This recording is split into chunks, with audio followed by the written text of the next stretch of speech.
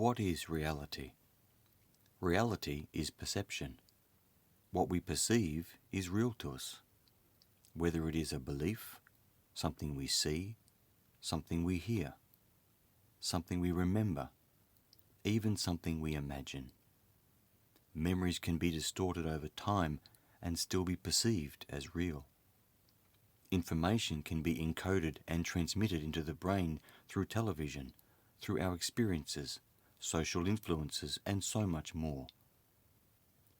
Your conscious mind works constantly with your subconscious to determine your experience to your life, what you do and don't like. And in the end, it does not matter to us what reality is. We believe what we perceive, and we believe our life experiences and our responses to those experiences. These all form our perception of reality, and they all affect our perception of ourselves. Memory is like that. One event is never remembered by two people in exactly the same way. Everyone has a different perception, and this can also be influenced by our preconditioned bias or belief. This being the case, reality is always going to be an illusion. But just how deep and far does the illusion of reality go? This question has captured the hearts and minds of so many. In the early 1980s, as a young and passionate seeker, Diane was filled with a need to know what lay beyond life, and she began to investigate things she had always wondered about. And so in the early 1980s, her search began. Before computers, before the internet, and before the digital revolution. Before the word quantum was even a word to most, and certainly before the way our lives have changed so radically in the past 20 years. Diane's quest began, a quest that would take her beyond anything she could have imagined, beyond belief, past boundaries, because she refused to stop searching for answers when so many told her there wasn't any, and to wait until she died to find out.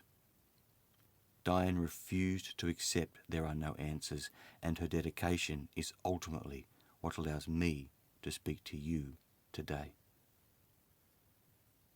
Diane and I were married in 2003, after we first met 10 years earlier at a workshop in Donvale, Melbourne.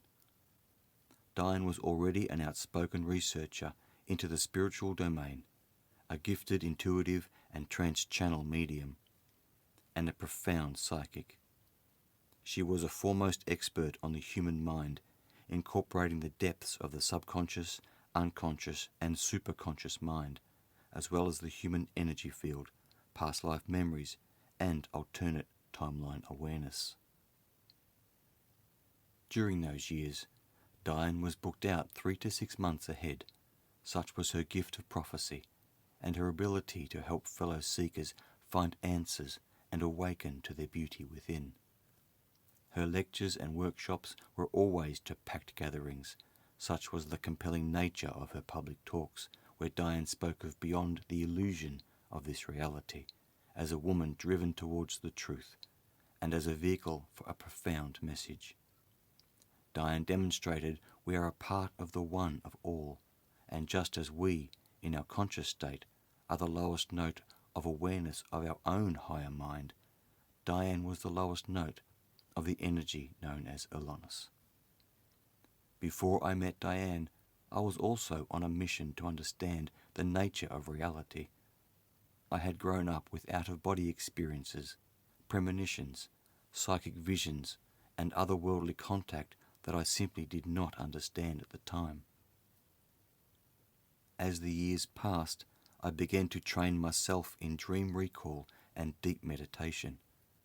Finding like-minded people can be difficult when your inner memories are so different than the life you find yourself in.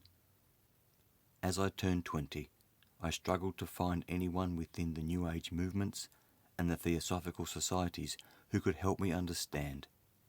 New Age belief systems had started to become as limited and indoctrinated as the religions they tried to replace. Then one day, after I had overstayed my welcome at yet another discussion group, I was given a brochure for a workshop about the investigation of light beyond the planet. I decided to go along. On that fateful day in 1993, I attended the workshop and met Diane for the first time. We quickly realized how much we had in common, and I was invited to a small discussion group run out of the home of one of Diane's closest friends. I was overjoyed. I had found like-minded people asking the same questions as I was about life, past lives, the future, space, and time. I joined the discussion group, and towards the end of 1993, my entire life, my entire world, was turned upside down as I heard Elonias speak for the first time. I was stunned, and I sat absolutely still as an energy spoke through Diane that spoke about reality and light in a way I had never heard before, in a way I had never known. Wisdom, gentleness, seriousness, humour, about creation, time, light and love, the soul, the spirit, and the source of all things. What began from Diane's soul investigation and this humble home on the outskirts of Melbourne began to gather momentum. The group expanded and communication increased. By 1994, Diane was directed to publish a selection of the communication sessions in a book called The Journey Home, a book of conversations from the many discussion groups covering in-depth subjects such as thought and memory, space and time, belief systems, love, and so much more. Before I continue, I wish to say something to you. The experiences you are going to hear next, and throughout this documentary, all happen exactly as I say. We all have experiences. Sometimes we barely notice, and sometimes we cannot help but notice. But when illusion is broken by an intent to know, a power of mind and a heart that won't give up, that is when experiences turn into awareness. In the years in between, Diane and I encountered and pursued so many experiences, and to this very day I still experience paranormal and temporal phenomenon. My point is this: your intent to know will equal your energy of awareness and experience. All is energy, and all is memory. The more you are aware, the more you know all is energy, the more you will experience. And the more you experience, the more you become aware. It is what Elonias called the rotation of compliance.